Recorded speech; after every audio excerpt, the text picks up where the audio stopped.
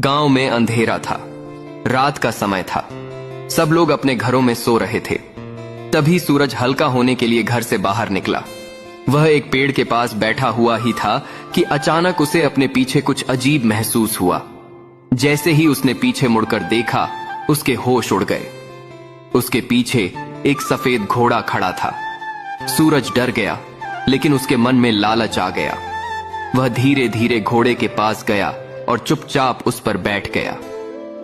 जैसे ही वह बैठा, घोड़ा तेज भागने लगा और कुछ ही पलों में सूरज हवा में गायब हो गया और सूरज कभी वापस नहीं आया। यह था शिवनगर गांव, जहां लोग रात होते ही घर से बाहर निकलने से डरते थे, क्योंकि यहां एक सफेद घोड़े का आतंक था। जो भी उसे देखता, वह उसके जादू में फंस जाता और फिर कभी वापस नहीं आता। लोग डर चुके थे, परेशान थे।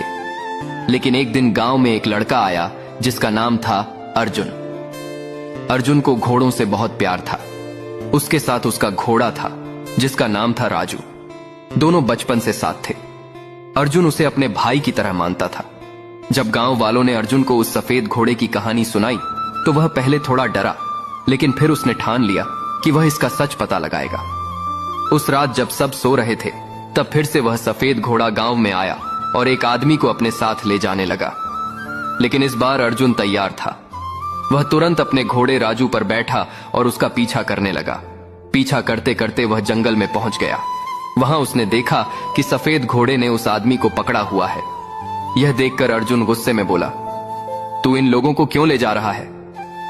यह सुनकर सफेद घोड़े की आंखों में आंसू आ गए और उसने कहा, मैं किसी को मारना नहीं चाहती। मैं तो बस अपने बच्चे को ढूंढ रही हूं, जो सालों पहले एक तूफान में मुझसे बिछड़ गया था। यह सुनकर अर्जुन सोच में पड़ गया। तभी उसे याद आया कि कई साल पहले उसे भी एक छोटा सा घोड़ा जंगल में मिला था। वही राजू था। अर्जुन तुरंत बाहर गया और राजू को लेकर आया। जैसे ही सफेद घोड़े ने राजू को देखा, वह खुशी से भर गई। राजू भी अपनी मां को देखकर उसके पास दौड़ गया।